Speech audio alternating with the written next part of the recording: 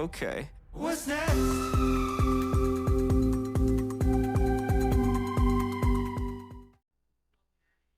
Hi, everybody. Steve here with New London News and Events. First off, let me say Happy New Year.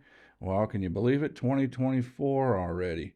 I thought by 2024 we'd all be beeping around in little flying cars like George Jetson. But when you think about how far technology has progressed, it's pretty amazing.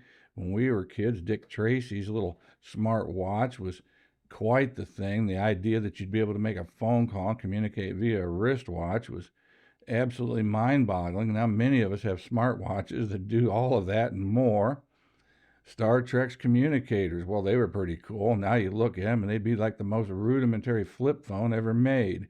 Most of us carry around phones with more processor and memory capacity than the computers on board the Apollo craft that put men safely on the moon and brought them back again.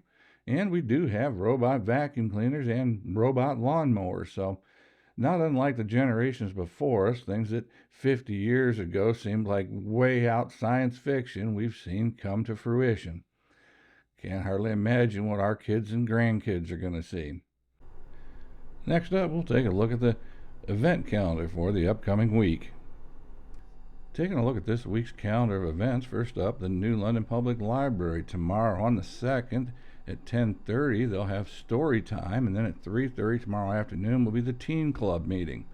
On Wednesday at 3:30, they'll have chapter book story time. On Thursday at 6 p.m. will be Lego night. Friday will be another take-home movie kit night, and looking ahead to next Monday, the 8th, they'll have line dancing from 6 to 7:30. That'll be at the Alliance Church. Also, next Monday evening will be the first New London Village Council meeting of the year, so look forward to that. I'll have a full report for you after the council meeting and all the council activities. Also, don't forget, if you could use some help with some spring cleanup, some yard maintenance, don't forget about Project Renew the Village. Those applications are due by January 16th. They must be turned in by 2 p.m. You can turn the applications in to the village office or the New London Local Schools Board of Education office. Note that is the Board of Ed office behind the school, not at the school itself.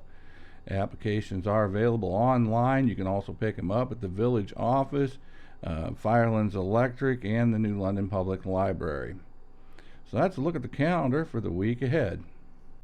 Well, you know, the subject of street maintenance and repair and how to pay for it's a constant topic of discussion here in the village. And interesting little tidbit I came across in the Red Book as I was researching for some history segments was back in the year 1895. In the month of May of that year, all males were required to work 2 days on the roads or pay $3 within 3 days of receipt of the notice to work. And I'm not suggesting that that would be an acceptable modern day solution, but it certainly does attest to the fact that street maintenance is a problem as old as the village itself. Next up, we'll look at some New London history. Well, as we were out driving around here about a week ago looking at Christmas lights, we drove by the old New London Hospital, got to talking about it and the history of the hospital. So there you have the topic of this history segment, the New London Hospital. Credit for the material contained herein goes to the Red Book, the book New London, Ohio in the 1960s, and Tom Neal's New London History Pages online. The first reference to a hospital in the Red Book is in 1912 and just states that there were a group of citizens discussing the need for a hospital. The next mention of a hospital is during the Great Flu epidemic in 1918 when a plea went out for food and cash donations to help the hospital. It was just in October of 1918 that a Mrs. DeLaba had acquired the Ketchum home at the corner of Walnut and East Main Street and fitted up 9 rooms to be able to care for 12 patients. Many local residents stricken with the flu during the pandemic were treated by her at that hospital. The following January, she hired a Miss Martha Blackard, who had received training at the Huron County Hospital, and between the two of them, in the first 8 months of the hospital's operation, were able to generate just $400 in revenue. The New London Hospital was incorporated with the state of Ohio in 1920 and managed by a board of trustees. By 1924, Mr. C.E. Ward hosted a dinner of local businessmen with the purpose of coming up with a plan to help the hospital. Mr. Ward pledged to put up 2 years' worth of expenses of his own money, and altogether they raised $3,367 to be paid by the end of the year, as donors were allowed to make $10 monthly installments. Half of the funds were to be used for current expenses, with the other half deposited in the bank to draw interest. And it was with those funds that facilitated the hospital's move from the Ketchum House over to where we know it as, being on 54 South Main, in what had been the home of D.J.C. Arnold that was built in 1895. Taxpayers began supporting the hospital in 1932 with the passage of a 1 mil levy, and with the funds from that levy, the trustees were able to reduce the hospital's debt from $1,000 to $200 in the first year. Council renewed that levy in 1936 for an additional 5 years. By 1949, the facility had registered with the state of Ohio to care for maternity patients. At this time, the hospital had 12 beds, 8 surgery medical, and 4 maternity, and a medical staff of 20. A good many New London residents were born in that building prior to 1949 and up through 1967, notably 3 during the Great Blizzard of 1978 when you couldn't get out of town.